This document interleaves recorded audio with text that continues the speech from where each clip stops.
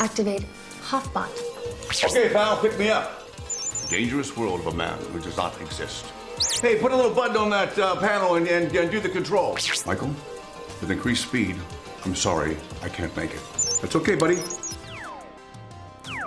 So you see?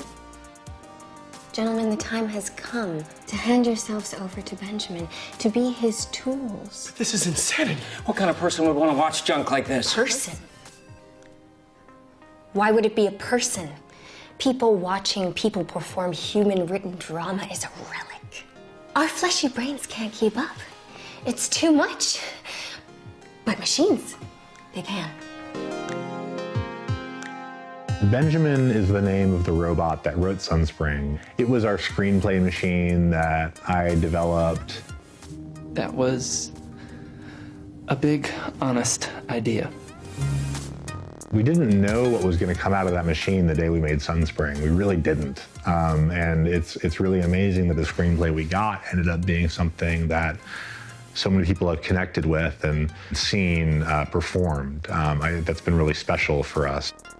Technology is like a force of nature. It's something that augments our intelligence and augments our creativity, or has the capacity to do so.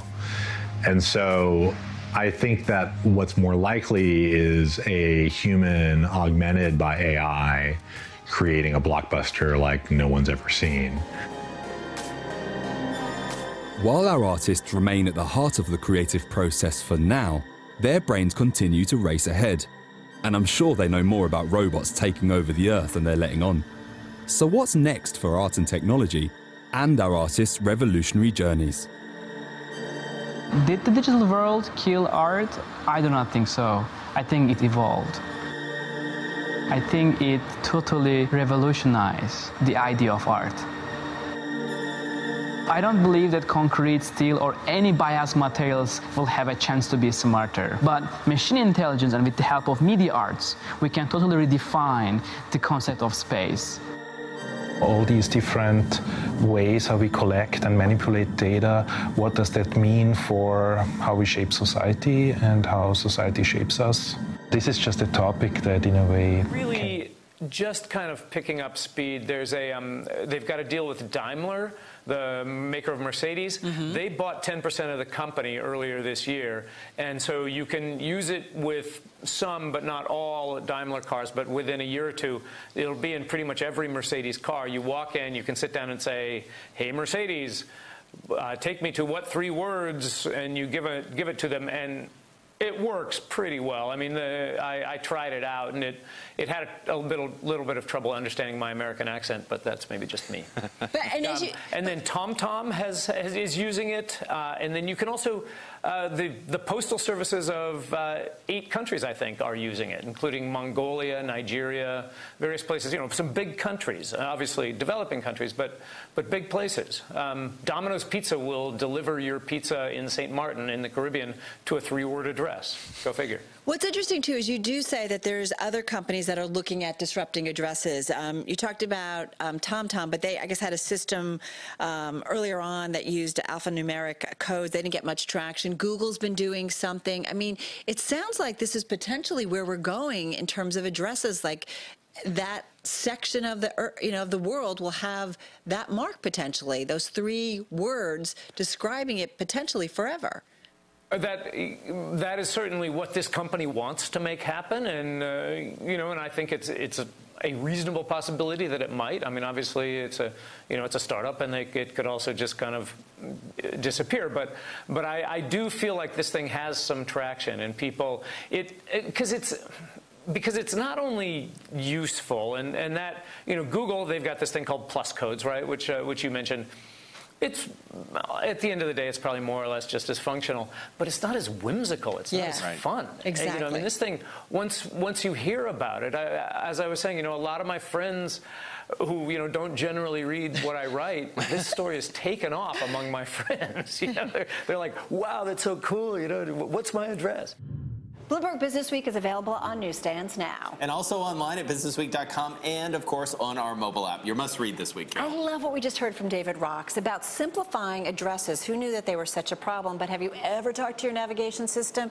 It doesn't always come out right. So this new company, innovative way, using 3 words to describe every kind of parcel on Earth. I just want you to know, I want to be like cool news chick. Okay, I will enter that in and come to your house. That sounds great. What's your must-read? My must-read, anytime I can turn to a bureau chief, especially one I know as well as Dina Bass out in Seattle, and get the real inside scoop, plus a couple billionaires, plus Amazon, so much there to dig into. All right, more Bloomberg Television starts right now.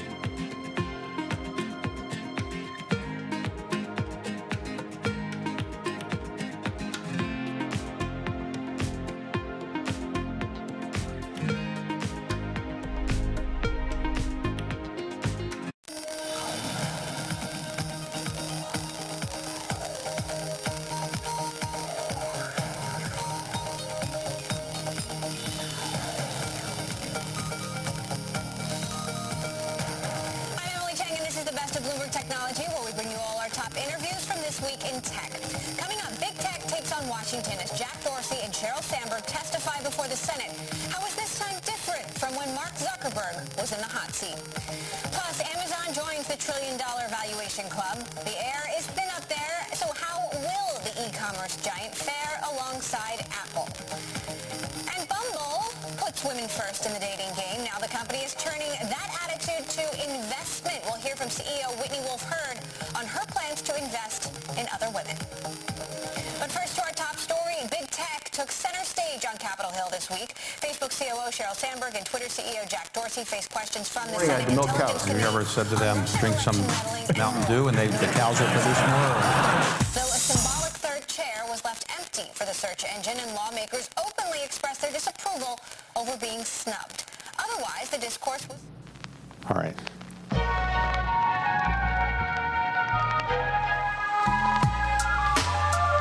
I don't consider myself a journalist, and nobody else would consider myself a journalist. I began to take on the life of being an interviewer, even though I have a day job of running a private equity firm. How do you define leadership? What is it that makes somebody tick? Since you've been the CEO, the market capitalization of the company is up about 100%. The stock price is up about 140%. Yet you also ride 120 miles a week on a bicycle. have you thought about how much higher the stock price would be, or the market cap, if you didn't spend that time on the 120 miles a week in bike riding? Well, I have thought about that, and actually I ride closer to 140 a week. 140? Yeah, and with that correlation, I'm thinking I should start riding 200 a week. Wow, okay, all right, well, I mean, riding bikes, I've done probably 10 miles in my lifetime, maybe, something like that. So isn't it dangerous? I mean, they have key man insurance on you. You're an important person. Well, I ride more than 10,000 miles a year, so I'm safety conscious, and that's a well-honed skill. And one of the things we take pride in at our company is our safety record, and I try to apply the same thing when I'm riding. And it's a great way to relax and think, and frankly, I think taking time to exercise and ride my bike makes me better as a leader, and I try to encourage that in our team as well. When did you take this up? Was a young man, or you're always interested in this? Yeah, I've been riding for probably 20, 25 years, seriously. I often travel with my bike, and I can drum up some Boeing riders at almost any one of our sites. And we hand out Boeing jerseys. It's a great way to get out with the team. Engage. Any of them ever go faster than you, or they're not allowed to do that? Some try. Some try. They still with the company, or? Yeah, I like a challenge. Okay. One other thing that I found unusual in reading about you is that you seem to be fueled by Diet Mountain Dew. You drink enormous amounts of it. It is this. one of my favorite drinks, yeah. So you have some here. Yeah. Is there something in it that I don't know about? But I mean, would I look like you if I could drink the Diet Mountain Dew? Sure. Okay. All right. No, hey, it's good. It's a good energizer for me. You serve those everywhere at Boeing. I assume they have that. Yeah, pretty much. So let's talk about the company you're leading now. The company is an extraordinary success story. Started by Mr. Boeing many, many years ago. The company is how old now? We're 102 years this year, so we celebrated our centennial 2016. We did a big celebration event at the Red Barn facility, which is where the Boeing company started back in 1916. Okay, so the company is in very, very good shape. The government is spending more money in aerospace defense than before. People are flying more than they are, so can it get any better than this? Well, I tell you what, this is a really strong marketplace. When I look at big industrial markets around the world, aerospace market, I think, is the strongest. And one of the big drivers behind that is the population that's now entering the middle class and has the ability to fly. We have 100 million new passengers every year in Asia, new passengers. And our estimates are that less than 20% of the world's population has even taken a single flight. So tremendous growth opportunity ahead. And then, as you said, strengthen the defense budget as well. The tax bill was passed, and it's a big tax cut for a lot of corporations, and you were one of the companies that I think benefited from it, and maybe were pushing for this tax cut. So what are you going to do with all the extra money that you have? So we plowed a lot of those savings back into innovation and R&D, and we spend billions of dollars every year on R&D investment here in the U.S. And another big thing we did is immediately upon passage of the bill, we announced an investment of $300 million in our workforce and workplace. So that includes $100 million in training for our employees, $100 million in infrastructure for the future, workspaces, and then $100 million in community giving, which is perhaps the most important part of that. And that $100 million in community giving, in fact, today, we're going to be announcing the fact that we're identifying $54 million of specific grants, and we're adding another $5 million to our investment in the Kennedy Center. Thank you very much. All of that is being announced. Okay. Well, if you ever need tickets to Hamilton, call me. Deal. So let's talk about how a farm boy from Iowa became the head of Boeing. So you grew up in Iowa. I did, right? Up in northwest Iowa, just outside of a little town called Sioux Center, and grew up on a farm, working on my dad's farm. What kind of farm was it?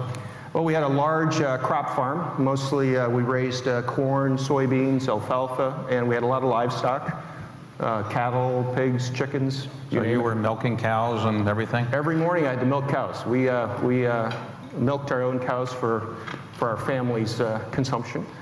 So that was part of my daily chores in the morning. And you ever said to them, drink some Mountain Dew, and the cows will produce more, or cows will be more productive, or something? Yeah, that wasn't part of the diet plan when I was a kid. Yeah. All right. So you went to Iowa State. I did. And Iowa State, you majored in aeronautical engineering? Aerospace engineering. Okay. So were there a lot of people doing that there? Yeah, it was at that time one of the larger aerospace engineering schools in the country, continues to be.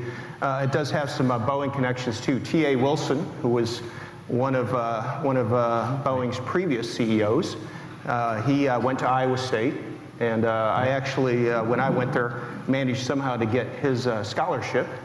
And that led to an opportunity for a Boeing internship. So between my junior and senior years at Iowa State, I did an internship at Boeing in Seattle, and I got hooked. Okay. And been there ever since. Well, you got a master's degree at the University of Washington. Was that while you were working at Boeing? Yeah. Okay. That was part of Boeing's education while you work plan. Yeah. What was it that enabled you to rise up among all those employees to be the CEO? You're implying it's hard to tell, right? Well, I just want to give you a chance to tell everybody what I already know. Well, David, frankly, I never worried too much about that. So I was thrilled to go work at the world's best aerospace company. I wanted to be a great designer of airplanes.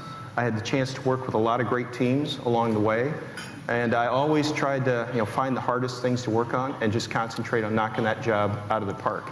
Okay. And that may not sound like much of a career strategy, but it worked out. Okay, so at a very young age, you were put in charge of running a program for Boeing where they were trying to get the Joint Strike Fighter contract, which is the biggest contract the Pentagon's ever given. Ultimately, it went to another company called Lockheed Martin. So you lost. When you lost, did you think your career was over? No, and it really wasn't even my construct around that program. But in 4 years, we went from roughly a clean sheet of paper to flying 2 X-32 prototypes, and clearly disappointed that in the end we didn't win. But I learned a lot as a leader, and sometimes when things don't work out, you learn even more. I can tell you that the technology benefit from that program, the talent benefit, how those people then subsequently spread out to the rest of Boeing. It created a benefit that's lasted for decades. Early in the administration, President Trump said that the Air Force One plane was too expensive, and he wasn't happy with the cost of it. He got your attention, I guess. We're proud of the fact that we build and support Air Force One. It's a really important mission. The airplanes that are flying today are old 747-200s, actually delivered under George H.W. Bush's administration. They're that old. Oldest 747s flying, and we're proud to keep them flying. And so the 2 new 747-8s, the latest version of the 747, were just procured, and those will be modified and become the new Air Force One over the next few years. So did you convince him to take up bike riding when you were in Mar-a-Lago? He didn't seem like that interested in that. He has his own hobby set, and we respect each other's hobbies. Okay, all right. So what about supersonic transport? Remember, there was a plane called the Concorde. Well, it's the economic hurdle that goes with it. That airplane was never economically viable on its own, but we'll see high-speed airplanes that can connect any 2 cities in the world in about 2 hours. And then we'll see that span up to space tourism. You'll see an intersection between commercial air travel, high-speed travel, and space travel. And that's all going to evolve over the next couple of decades.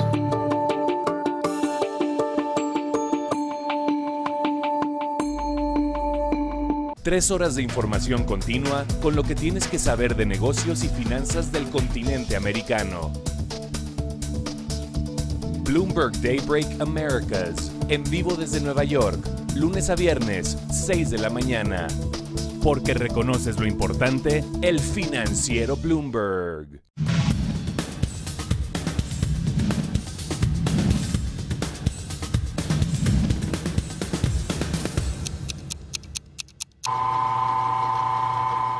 Las manos del artesano José Cruz Guillén transforman una pieza de vidrio en cualquier forma. Lo logra presionando la pieza de cristal contra una piedra de óxido de aluminio. Flores, fauna y múltiples decorados son el acabado final de esta técnica llamada grabado en pepita. La empresaria Berta González Nieves comenzó a trabajar con él, incluyendo el grabado en las botellas de su marca Tequila Casa Dragón. Esta artesanía tuvo un auge muy grande en los años 60 y lamentablemente empezó a decaer hasta casi desaparecer o está desapareciendo.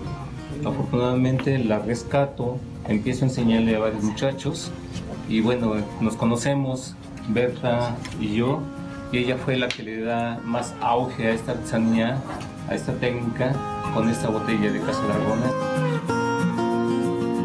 Las piezas de José hoy se cotizan entre los 30 y 90 mil pesos, al ser piezas únicas, dibujadas sobre vidrio y finalmente grabadas.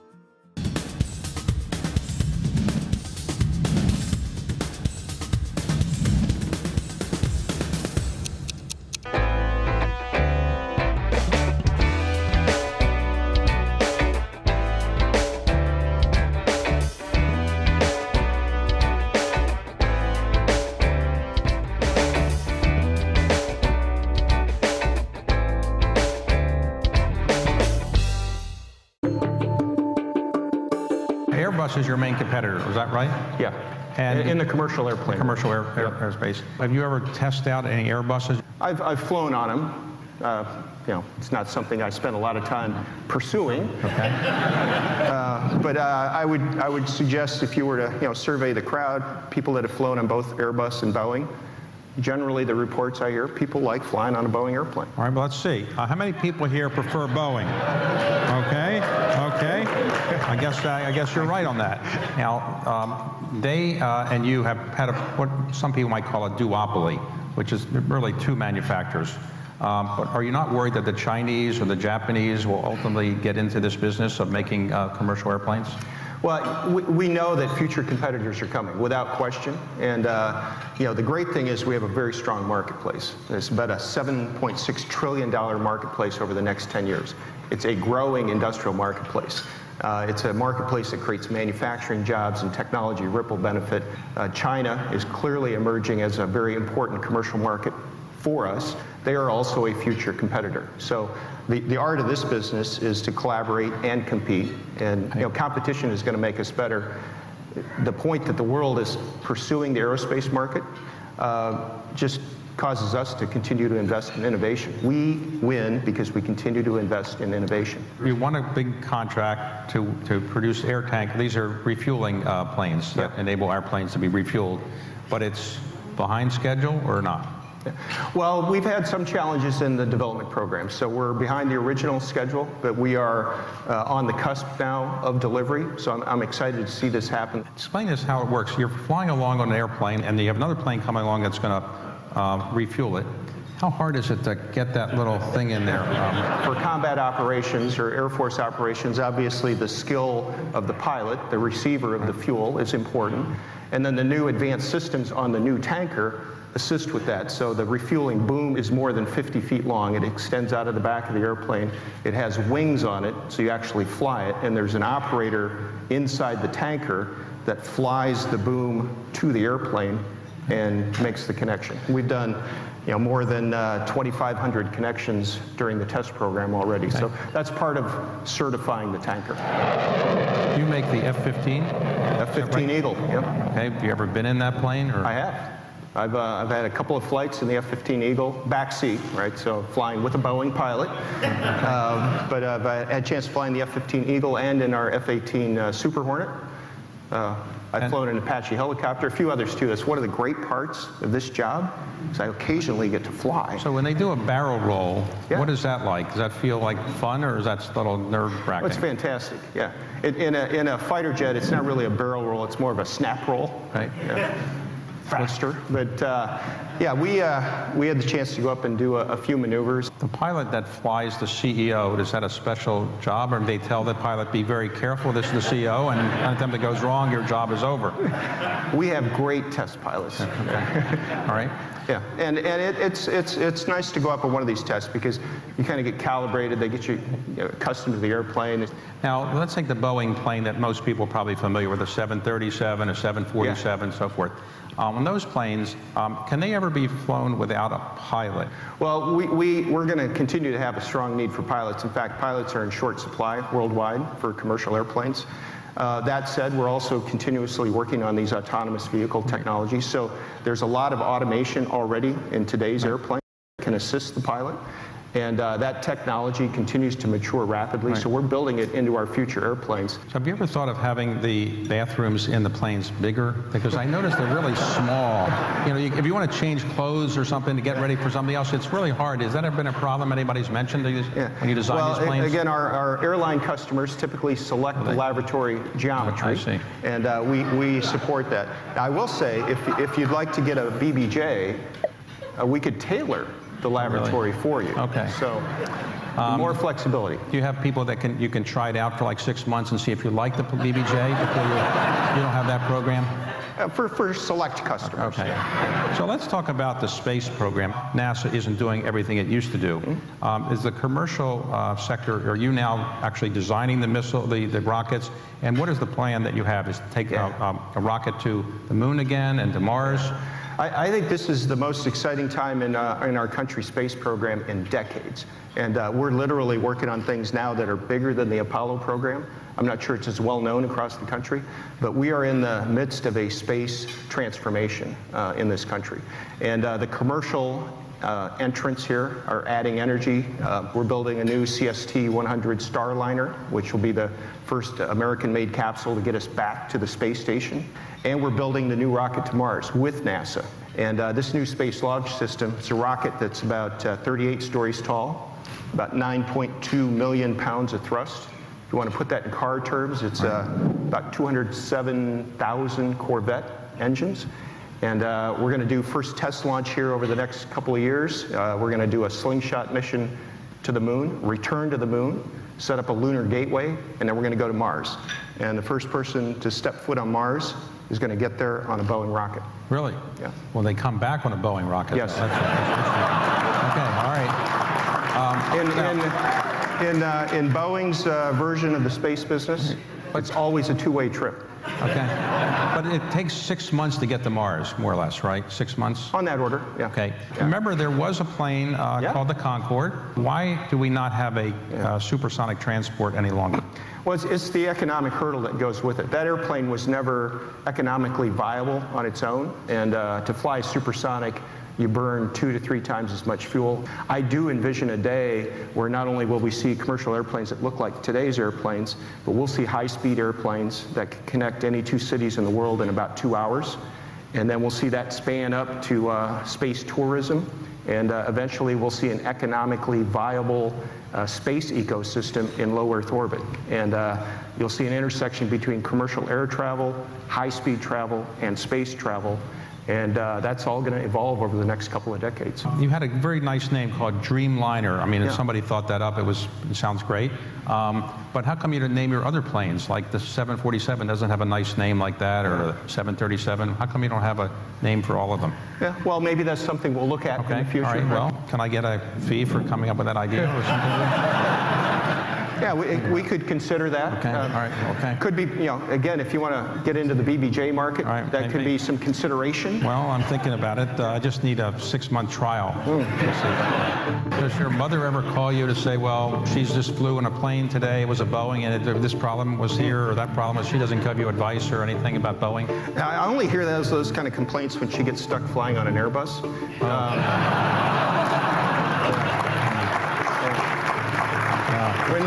When she flies on a Boeing, I have no problems. She loves it. She loves it.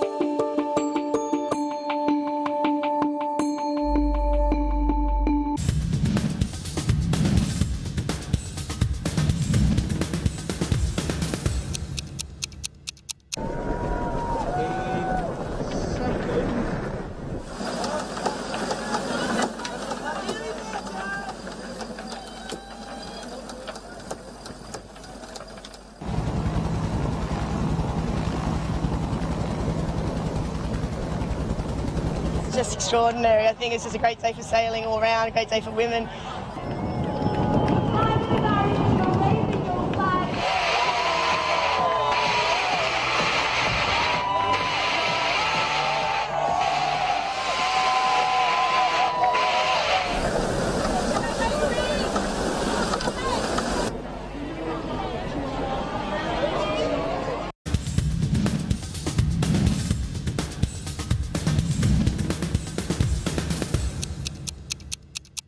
Desde Nueva York y Londres, infórmate del cierre de los mercados europeos y su repercusión en el mundo.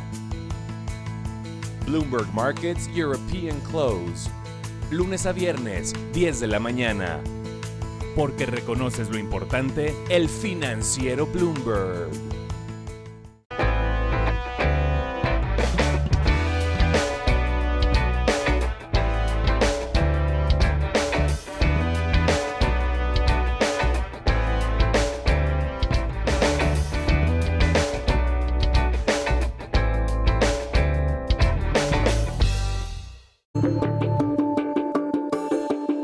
When you're talking to members of Congress or people in the administration, what is the biggest concern that you have? Educating them about what you actually do? Right now, trade policy is a really important item for us. And as we think about effective trade agreements around the world, and certainly we want a level playing field around the world, we want to be able to compete and win. We have about 90% of our manufacturing here in the U.S., but we sell about 70% of our products outside the U.S. So think about trade surplus. The aerospace sector creates the biggest trade surplus of any sector in the country.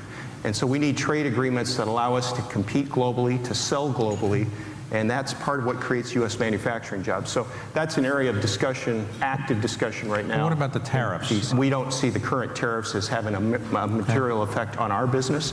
But it is something we're watching because it's the broader question of trade relationships and effective trade agreements around the world. So you've seen a lot of leaders up front, business leaders, government leaders. What do you think makes a great leader? Well, you know, I get to ask that question quite often. I thought that was original. Yeah. I thought nobody else ever asked that before. It's a good question. Well, you know, when I look at all the dimensions of being a leader, frankly, it goes back to a lot of what I learned growing up on that farm in Iowa. I learned a lot from my parents, and the value of hard work, integrity, how you treat other people, how we respect others, our willingness to bring diverse ideas to the table.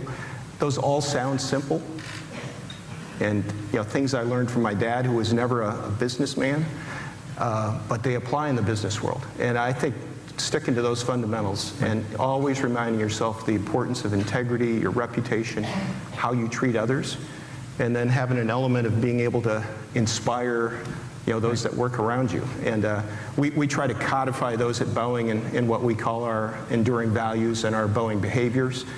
But they get back to those fundamentals of who you are as a person and how you treat others. Now, did your parents live to see your success? They did. My father passed away a couple years ago, but he lived a long, robust life, and my mom is still around. And I'm never quite sure they knew exactly what I did. When I started at Boeing, of course, coming from the farm, I started at Boeing as an engineer, and my dad would often ask me, say, "So Dennis, how'd it go today? What'd you do?" And I'd describe it, and he would kind of get it. And I was designing airplanes. It was real stuff. And then as I got to more elevated positions, got to executive positions, he asked me the same question. Say, "Dennis, what'd you do today?" And I'd describe it, and I was excited about it. And he would pause and say, "Well, Dennis, what did you actually do today?" So it was a good reminder. Right? Does your mother ever call you to say, "Well, she's just flew in a plane today, it was a Boeing, and this problem was here, or that problem was," she doesn't give you advice or anything about Boeing? I only hear those kind of complaints when she gets stuck flying on an Airbus.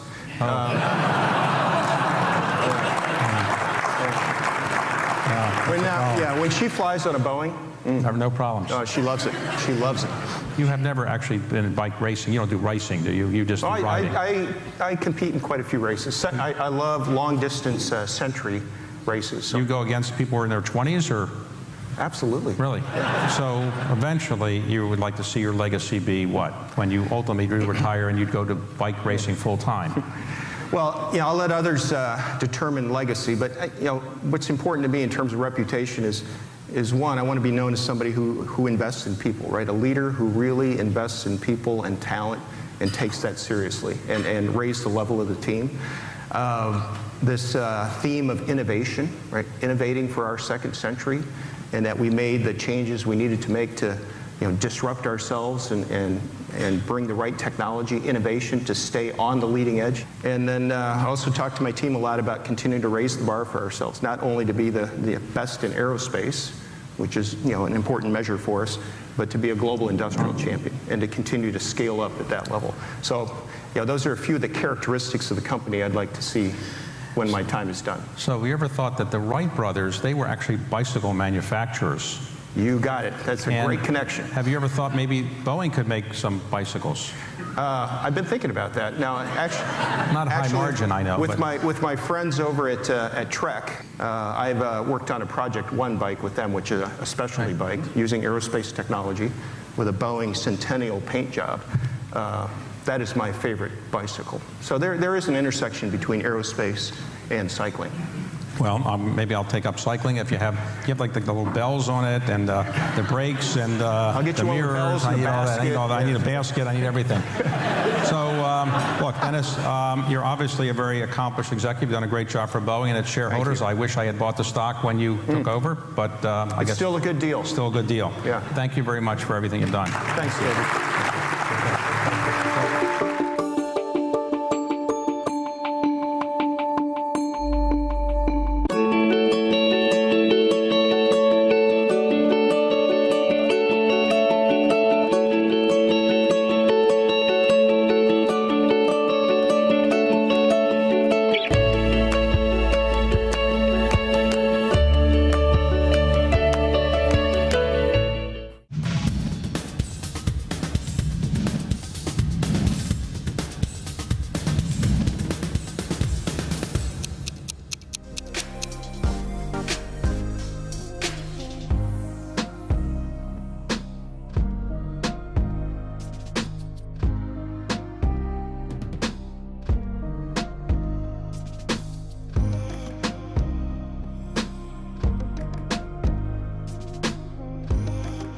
Nuestra ambición y meta como empresa es poder ayudarles a aprender a programar. No es tan difícil como ustedes creen. Cualquier persona puede aprender a programar.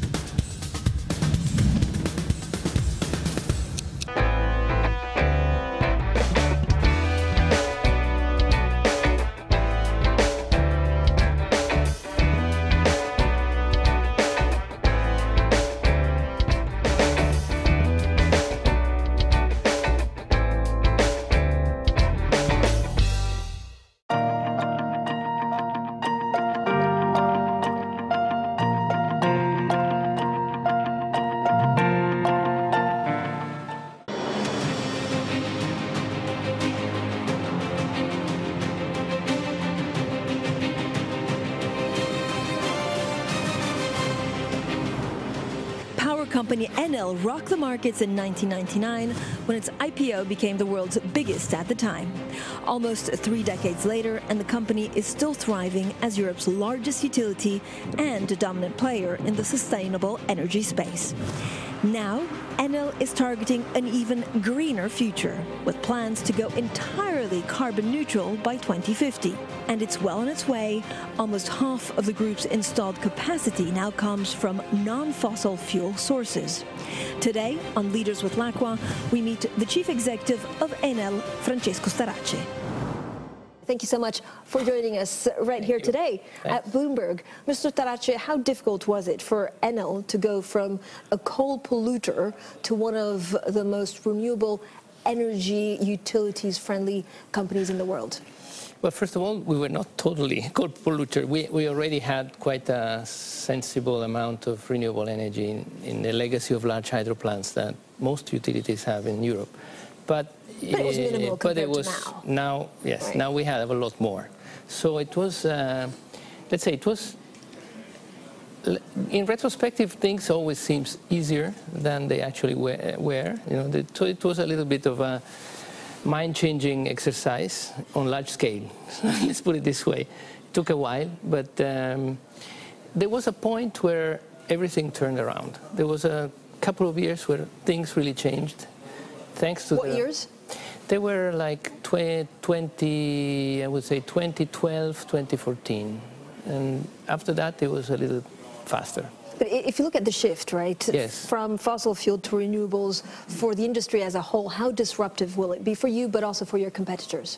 It's really disruptive. It's a big shift. It's a telluric shift, I would say. There's a huge change coming, and it will take, I would say, 15 to 20 years to really get at the end of this shift. So it's a huge transition ongoing with shocks in different parts of the world.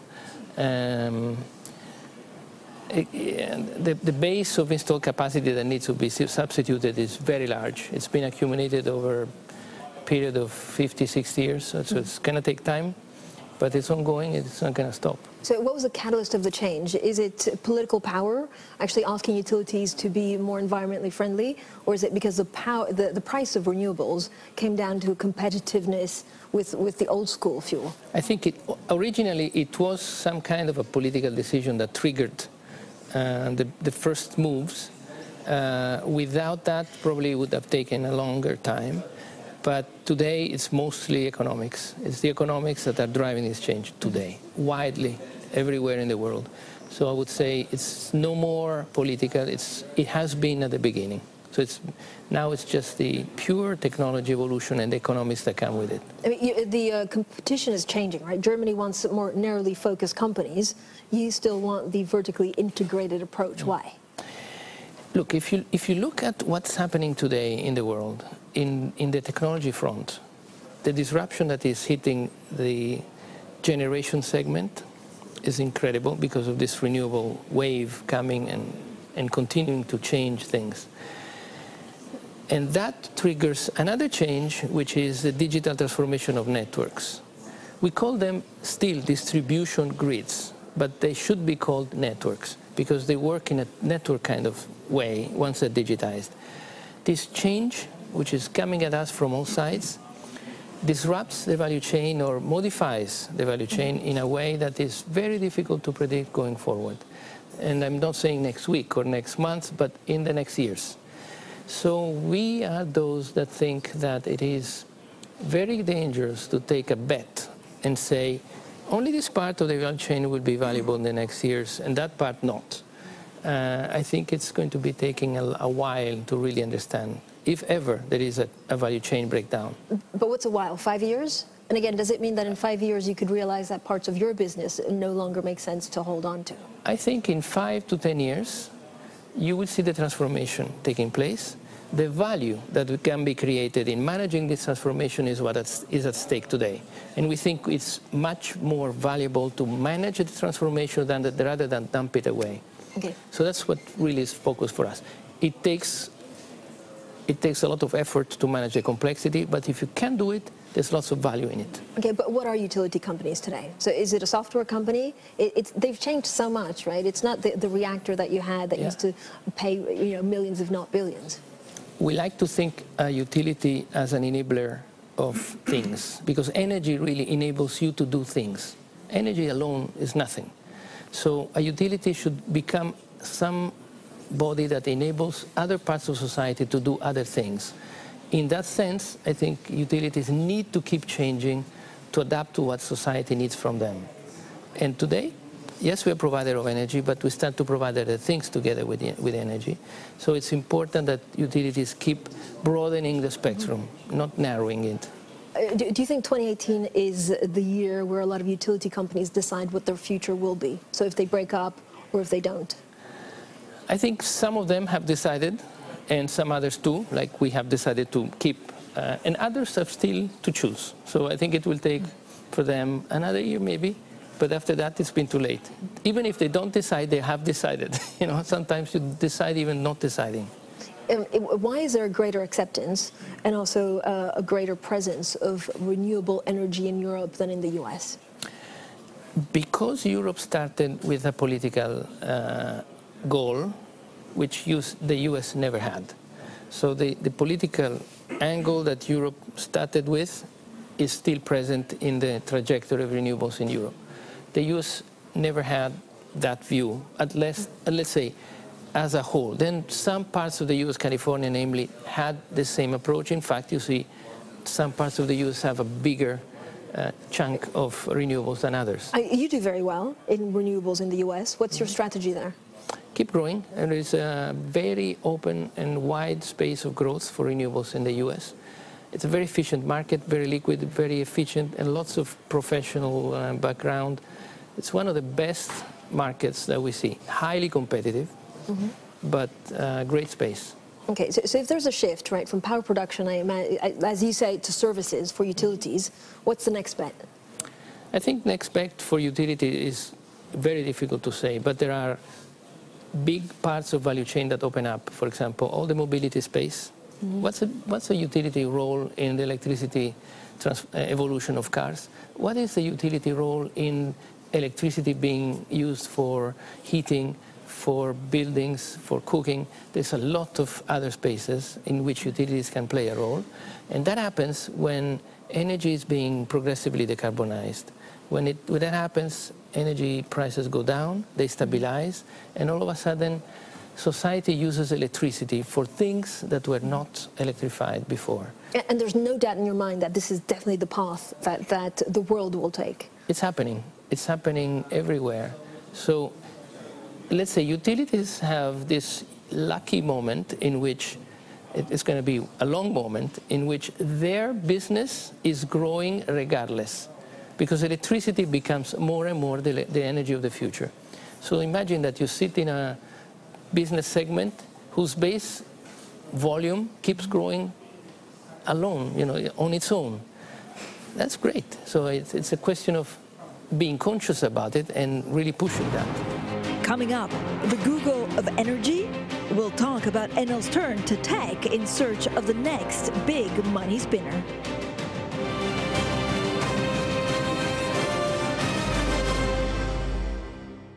Scarlett Fu y Eric Balchunas analizan los riesgos y acontecimientos actuales en torno a los fondos de inversión cotizados. Bloomberg ETF IQ. Todos los miércoles, 12 del día. Porque reconoces lo importante, el financiero Bloomberg.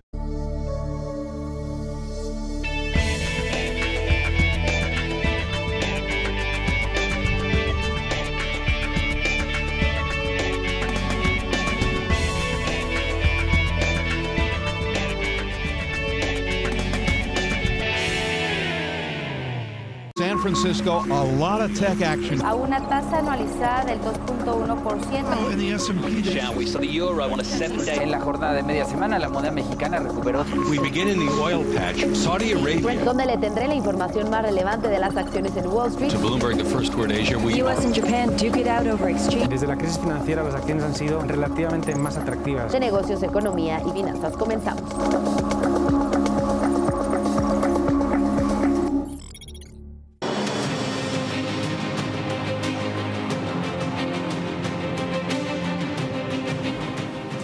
Company Enel was among the first of its kind to invest heavily in renewables. And the bet paid off, making it one of the biggest green power operators in North America. But as incentives have started to dry up, the company is turning to technology in its search for the next moneymaker. At the swanky offices of its Enel X units, innovators explore emerging industries like smart homes and electric vehicles in the hope of landing the next big thing. Well, we're with the Chief Executive of Enel, Mr. Francesco Starace. How do you drive innovation? Is sustainability a driver for innovation, or is it the other way around? Sustainability was the kicking factor for innovation to start in Enel, honestly. We were innovating only technologically and only in certain parts, and by the way, not that much. So we needed to really have something that drove innovation.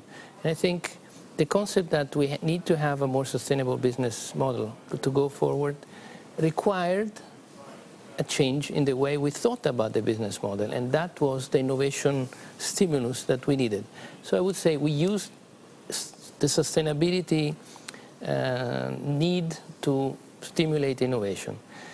And then we had a second trick that was to say, let's stop trying to innovate alone, and let's try to find out who is already innovating outside that can help us.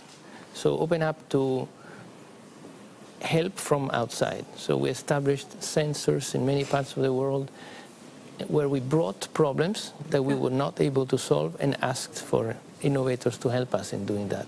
That was great. That helped a lot. But this is what, a website? Is it a website, or you basically say we're trying to figure something out and then people come with the ideas? Let's say we started with a website after. We went first to Israel, then we went to, of course, the Silicon Valley.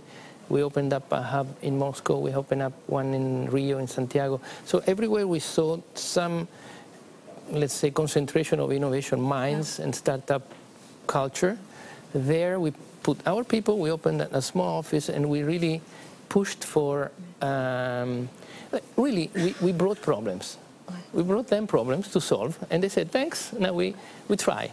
And we had incredible results with this. We really found things that we were never even thinking about. But how difficult is it to deal in renewables? Because there are many more markets, there are many more market players. So actually competition, it's stiffer. It's little bits, right? It was a lot like that at the beginning. In fact, at the beginning, there were a lot of comments because we started trying to develop projects in areas that had no subsidy, no incentivization, were only competitive battlegrounds. And we got a lot of criticism at the beginning saying, why are you so stupid? Why do you not invest only when there is a subsidy? And we said, because we think subsidies are going to end, and we need to be prepared for when they are not going to be around, because we want this to be sustainable.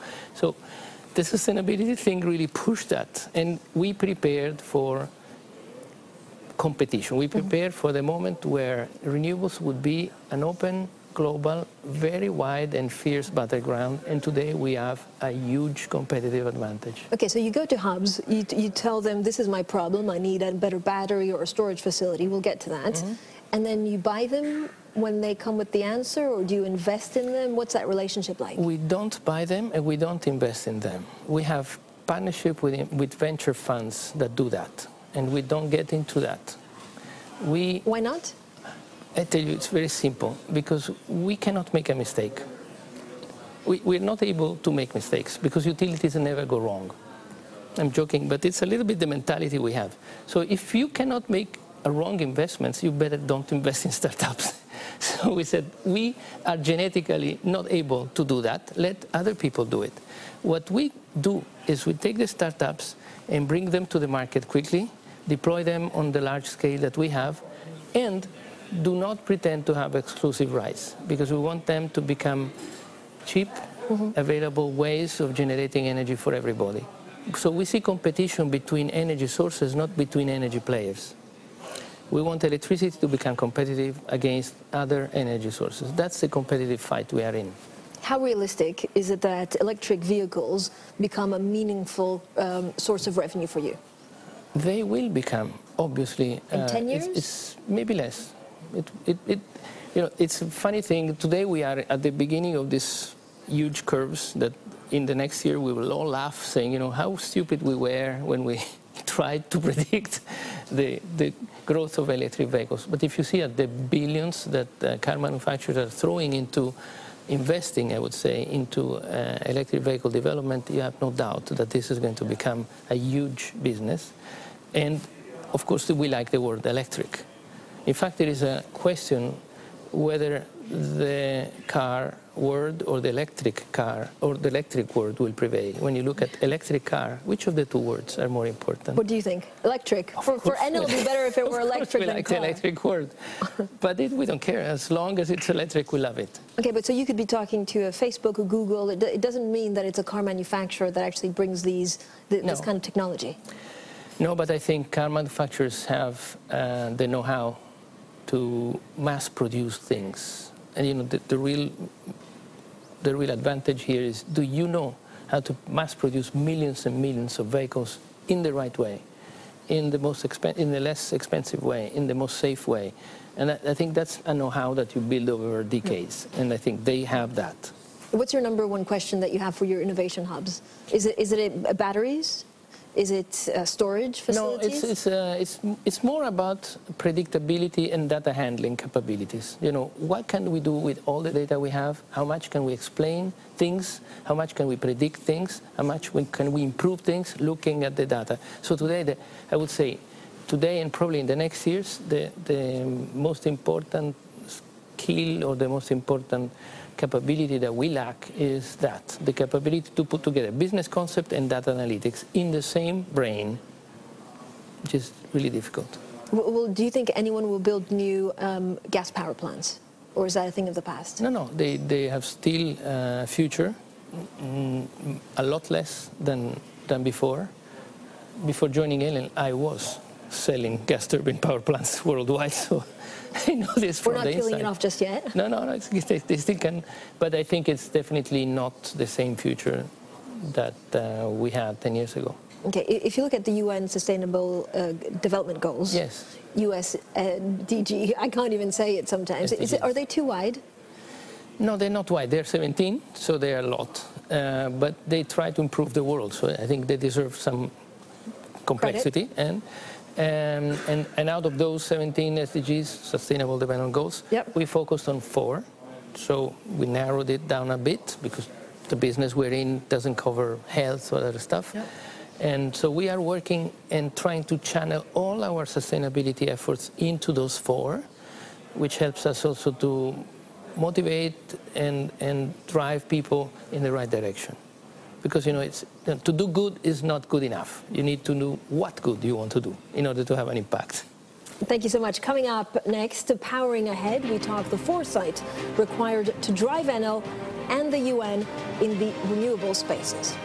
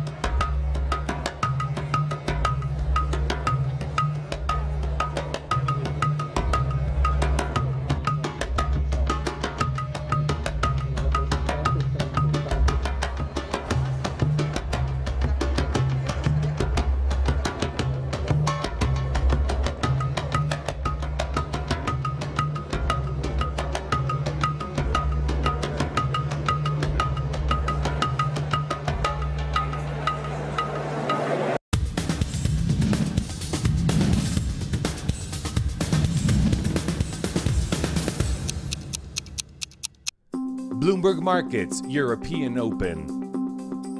La información en tiempo real desde los primeros minutos del día. Bloomberg Markets European Open. Lunes a viernes, 2 de la mañana. Porque reconoces